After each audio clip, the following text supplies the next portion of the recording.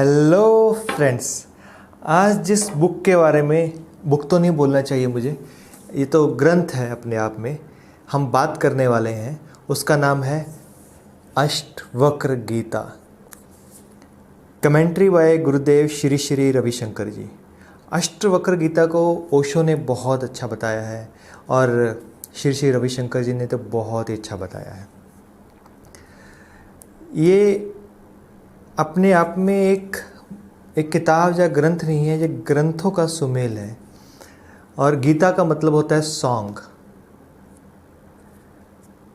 जैसे गीता एक कुरुक्षेत्र में रची गई थी, जहाँ भगवान श्री कृष्ण ने अर्जुन को प्रवचन दिए थे, और एक अष्टवक्र गीता है जिसके बारे में बहुत कम लोग जानते हैं। और लाइफ चेंजिंग बुक है ये, लाइफ चेंजिंग ग्रंथ है ये। तो अष्टवक्र गीता है क्या? राजा जनक, जिनके बारे में आप सभी लोग जानते हैं, बहुत बड़े ज्ञानी राजा थे, बहुत पहुँचे हुए राजा थे, बहुत अपने आप के बारे में सोचते थे, लाइफ क्या है, सब चीज़ों के बारे में। तो एक दिन अपने दरबार के अंदर वो बैठे होते हैं, बैठे बैठे उनको एकदम से कोई काम बहुत ज़्यादा होता है, एकदम अकाउंट्स चल रहा होता है, पूरी रिपोर्ट्स प्रेजेंट हो रही होती हैं। तो रिपोर्ट्स ऑब्वियसली बोरिंग होती हैं। तो राजा जनक सो जाते हैं, उनको झपकी आ जाती है। झपकी आते ही उनको एक सपना शुरू हो जाता है। उनको सपना आता है कि वो एकदम गरीब हो गया, उनके राज्य में अकाल पड़ गया है, उनके किसी के पास खाने को नहीं है, पंछी जानवर इंसान मर रहे हैं, और राजा जनक भी भीख मांग रहे हैं, उनके पास खाने को रोटी नहीं है, कुछ भी नहीं है खाने को, और ज़बरदस्त भूख लगी हुई है उनको। तो कुछ लोगों से वो खाना मांगते हैं, तो उनके पास भी खाना नहीं होता, तो उनको कैसे दें वो। उसके बाद वो आगे घर के पास जाते हैं। उन घर वालों के पास सिर्फ एक ब्रेड होती है, और वो जो ब्रेड होती है वो रोटी होती है। वो जो रोटी होती है वो राजा जनक को दे देते हैं। उनको नहीं पता था राजा जनक हैं ये। तो जब उनको वो चपाती मिलती हैं, और ये एक व्यवहार होता है, एक संस्कार होता है हर जगह का, तो उनके राज्य का एक संस्कार था, अगर आपके पास मेहमान है, घर में कोई भी आया हुआ है, पहले आप उसको खाना खिलाएंगे, आप बाद में खाना खाएंगे। अगर आप भूखे भी सो जाएंगे, लेकिन मेहमान को आप खाना खिलाओगे ही खिलाओगे। तो राजा जनक होते हैं, उनको ब्रेड मिलती है, रोटी मिलती है, तो उनको लगता है अब मुझे आराम से बैठ के इसको खाना चाहिए। और उनको ये भी होता है रास्ते में कोई मिल गया तो कहीं उनको किसी को देना ना पड़ जाए।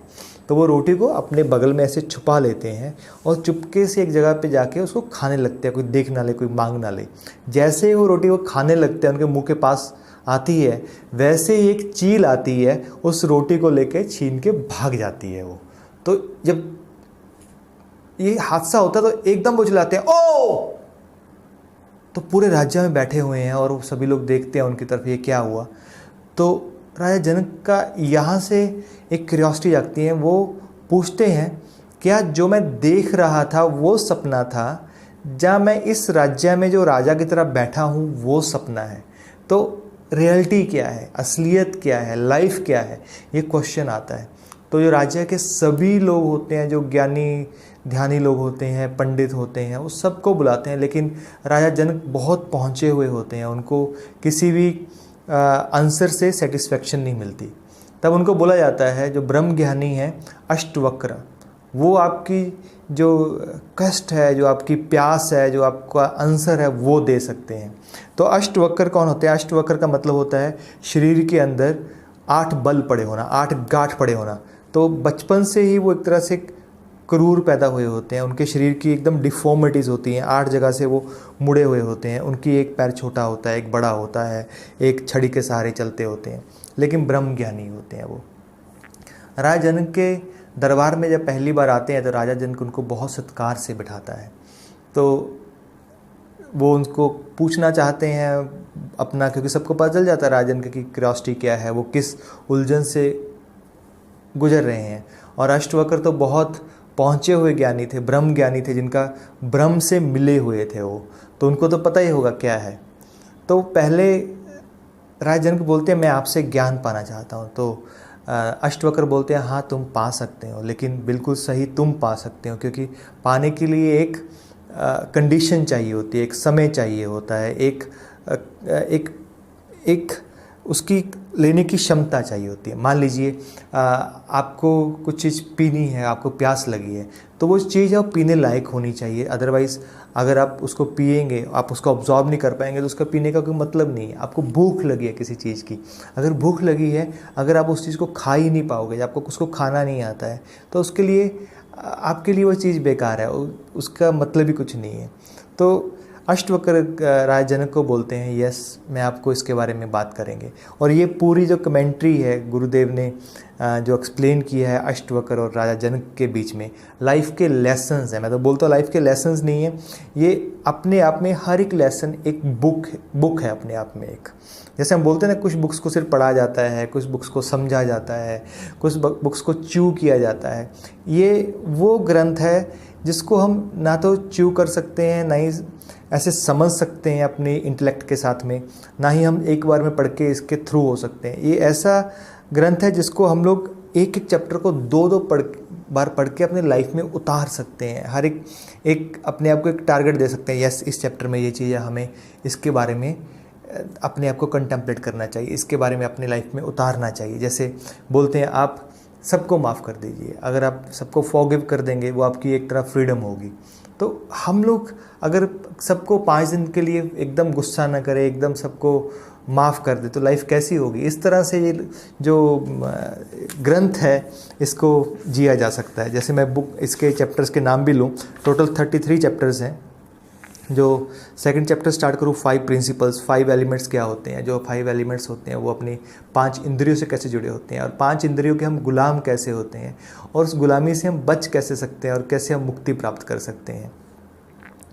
The secret of elements, you are not the doer, you are free right now, fountain of joy, everything is God, without conflict rejoice in the self, ego dissolve in love, storms of emotion, give everything and take nothing, the nature of mind, fear is like salt, drop all conflict, resolving the door, 3 types of purity, honoring the secret, be happy and dispassionate। इस तरह से जो हर एक chapter है वो अपने आप में ही ग्रंथ है। तो हर एक चैप्टर आपको एक अलग लेवल पे ले जाता है, अलग एक सोच दे देता है, अलग एक लाइफ का पर्सपेक्ट दे देता है। और श्री श्री एक और प्रिकॉशन देते हैं अपनी कमेंट्री के अंदर। ये बोलते हैं ये जो ज्ञान है ये सबके लिए नहीं है। अगर जिसके आदमी ने सिर्फ इसको ज्ञान की तरह लेना है, जिसने बुक्स की तरह पढ़ना है, कुछ चीज़ें सीख ली उसको आगे बताने के लिए है, तो उस लोगों के लिए ख़तरनाक हो सकता है। ये उन लोगों के लिए है जो लोग ऑलरेडी डेप्थ में हैं, ऑलरेडी सीकर हैं, ऑलरेडी कहीं पहुंच चुके हैं, वही इससे रियल ज्ञान प्राप्त कर सकते हैं। क्या कमाल की बात है ये, मतलब हर किसी के लिए नहीं है ये। तो एग्जाम्पल देते हैं, जैसे बहुत सारी ऐसी कहानी हैं, एग्जाम्पल्स हैं, और गुरुदेव का कहने का स्टाइल ही अलग है, और he is one of the best story teller. तो बोलते हैं जैसे एक आदमी है, वो रास्ते में जा रहा है, जंगल से निकल रहा है, तो उसकी जो टॉर्च है, टॉर्च की जो सेल्स हैं वो कम हो गए, डिम हो गए, और दूर उसको एक सांप नज़र आ रहा है, और सांप वहीं रुका हुआ है, और उस आदमी की धड़कनें बढ़ रही हैं, उसको पाल्पिटेशंस हो रही हैं, पसीना आ रहा है, और सांप भी इतना एडमेंट है, वहाँ से हिल नहीं रहा। वहीं के वहीं 3 घंटे निकल गए, 4 घंटे निकल गए, उस आदमी की जान निकले जा रही है, उसको आगे जाना है। तभी कोई आदमी पीछे से आता है जिसके सेल पूरी तरह चार्ज हैं, और वो रोशनी दिखाता है और देखता है वहाँ तो सांप नहीं है, वहाँ तो रस्सी है। तो उस आदमी का जो पूरा फियर होता है, पूरा जो उसकी जो बीइंग होती है, वो एकदम ट्रांसफॉर्म हो जाती है उस लाइट की वजह से। ये एक एग्जांपल है, आप समझ रहे होंगे क्या कहना चाह रहे हैं गुरुदेव इस जगह पे। तो जब वो सुबह उसी जगह पे जहाँ पे उसको डर लग रहा था, जब उसको इतनी पाल्पिटेशंस हो रही थी, उसको लग रहा था लाइफ ख़त्म हो गई है, जब वो रोशनी होती है सुबह की, तब वहीं पे पंछी चहचहा रहे होते हैं, फूल खिले होते हैं, हल्की हल्की खुशबू आ रही होती है, पानी के झरने बह रहे होते हैं, वही जगह जन्नत लग रही होती है। तो कहने का मतलब ये है, जो चीज़ें हमें कई बार मुसीबतें लगती हैं, कई जगह हमें ये लगता है ज़िंदगी ख़त्म हो गई है, यहाँ पे कुछ भी नहीं है, वहाँ पे सिर्फ एक रोशनी की किरण हमें उसका पूरा पर्सपेक्टिव चेंज कर सकती है। ऐसे हमारी लाइफ में बहुत कुछ होता है जहाँ हमें लगता है लाइफ ख़त्म हो गई है, लाइफ का कोई पर्पस नहीं है, लाइफ का कोई मीनिंग नहीं है, अब कुछ बचा भी नहीं है।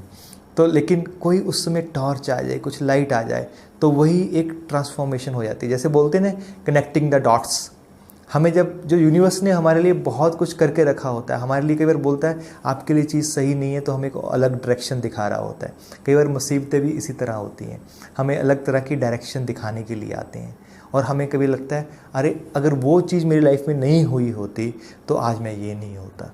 जैसे कहते नहीं है, जो हीरा होता है उसको तराश के ही उसको हीरा बनाया जाता है, अदरवाइज़ हीरा हीरा नहीं होता है। वैसे ही हमारी लाइफ होती है, उसको तराशा ना जाए तो उसमें चमक नहीं आती है, उसमें जो उसकी वैल्यू होती है वो बढ़ती नहीं है। और मैंने तो अभी तक कोई भी ऐसा सक्सेसफुल पर्सन नहीं देखा है, ऐसा कोई महान इंसान नहीं देखा है जिसकी लाइफ में वो डार्कनेस ना आई हो, वो प्रॉब्लम्स ना आई हो। तो उसी सफ़र का पूरे जो जगह है ये अष्टवक्र गीता है, इसमें अलग अलग जगह पे अलग अलग बातें बताते हैं। तो एक जो बहुत प्यारी बात है, जो बड़ी बड़ी सिंपल तरीके से बातें हुई हैं, और सारी जो एक एक लाइन के ऊपर कैसे कैसे गुरुदेव ने कमेंट्री दी है, वो भी एक अपने आप में एक ऐसे लगता है जैसे आप रस पी रहे हो, अमृत पी रहे हो आप, ऐसे लग रहा होता है। तो बोलते हैं लाइफ के अंदर हर चीज़ चेंज हो रही है, और चेंज भी जो होता है वो एक रिलेटिव होता है, रेफरेंस के साथ में होता है। मान लीजिए आप आज कोई आपसे बहुत दिनों बाद मिलता है, बोलता है आप तो पतले हो गए हैं, मोटे हो गए हैं, तो उसका रेफरेंस है आप पहले पतले थे या मोटे थे, उसके रेफरेंस में किया जाता है। वैसे ही दुनिया पूरी चेंज हो रही है, सब कुछ चेंज हो रहा है। आपकी बॉडी चेंज हो रही है, आपके सेल्स चेंज हो रहे हैं, आपके हर 6 मंथ के बाद पूरा बोन मैरो चेंज हो जाता है, 3 मंथ के बाद आपका पूरा ब्लड चेंज हो जाता है, और 6 मंथ के बाद तो आपकी पूरी की पूरी बॉडी लगभग 98% नई बॉडी बन जाती है, आप एकदम नए बन जाते हैं।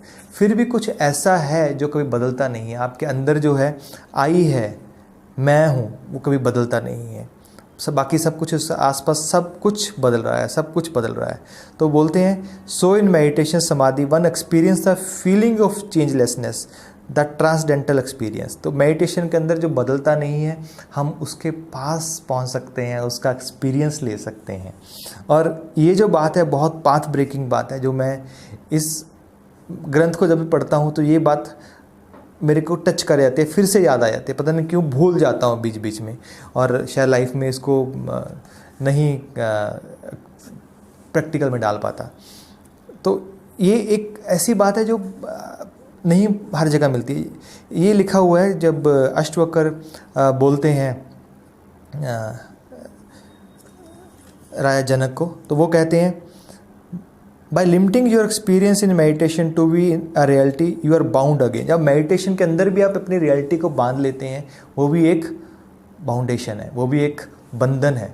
तो लाइफ जो है वो एक एक्सप्रेशन का नाम है, लाइफ जो है रियलिटी का नाम है। मेडिटेशन उस चेंजलेसनेस को एक्सपीरियंस करने का है, और जो लाइफ है उसके अंदर आप कैसे जीते हो, कैसे रहते हो। क्योंकि कई बार हम लाइफ में अगर मेडिटेशन भी कर रहे हैं लेकिन छोटी छोटी चीज़ों को पकड़ रहे हैं, वो भी हम क्लॉग कर रहे हैं। जैसे एक आर्टरीज़ को, एक पाइप को क्लॉग कर दें, वैसे हम लाइफ को क्लॉग कर लेते हैं। तो इस तरह अगर हम जो छोटी छोटी चीज़ें हैं उनको छोड़ दें और बड़ी चीज़ों के बारे में देखें और बड़े अपनी सोच रखें, हम पूरे यूनिवर्स में हम क्या हैं, एक मिट्टी के दाने के बराबर भी नहीं है। हमारी अर्थ क्या है, एक छोटे से एक मटर के दाने के बराबर भी नहीं है। हमारी प्रॉब्लम क्या है, नॉन एग्जिस्टेंशियल है, उसका कोई मतलब ही नहीं है।